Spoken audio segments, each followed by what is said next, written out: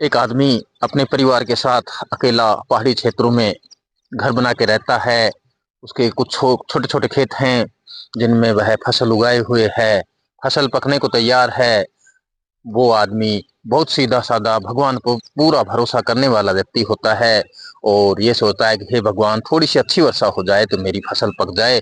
इसमें से कुछ फसल मैं बेच दूंगा और कुछ फसल अपने परिवार के लिए रख लूंगा, खाने के लिए।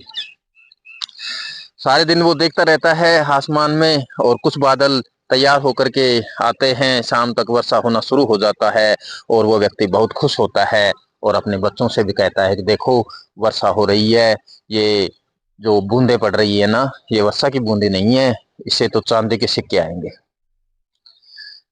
मौसम बदलाव लेता है, तेज हवाएं चलने लगती हैं और ओले गिरना शुरू हो जाता है और फसल पूरी की पूरी नष्ट हो जाती है। आदमी पूरा निराश, किंतु भगवान पर पूरा भरोसा। दूसरे दिन उठ करके पोस्ट ऑफिस जाता है। पोस्ट ऑफिस में पत्र लेकर के और लिखता है, भगवान मेरी पूरी फसल नष्ट हो गई, ओले गिर गए, अब आप मेरी सहायता करें, मुझे 1000 रुपये भिजवाएं। अब न तो मेरे पास आगे बीज खरीदने का पैसा है, न खाने के लिए अनाज है। और उसने पत्र लिख करके पत्र को लिफाफे में बंद किया, उसके ऊपर पता लिख दिया, भगवान। मित्रों, डाकिये ने पत्र को देखा और मुस्कुराने लगा कि ये पता कहाँ है, मैं इसे कहाँ पहुंचाऊं। और वो डाकपाल के पास लेके जाता है उसको और कहता है कि ये देखो, अब क्या किया जाए। डाकपाल पत्र पढ़ता है और कहता है कि इसका भगवान पे बहुत बड़ा भरोसा है, इसका भरोसा नहीं टूटना चाहिए, हमें कुछ करना होगा। सभी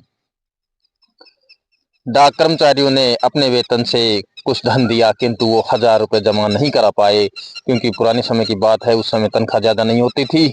इसलिए सब लोगों ने मिलकर के 700 रुपये इकट्ठे किए और 700 रुपये उसको मनी ऑर्डर करवा दिए, भिजवा दिए उसके घर।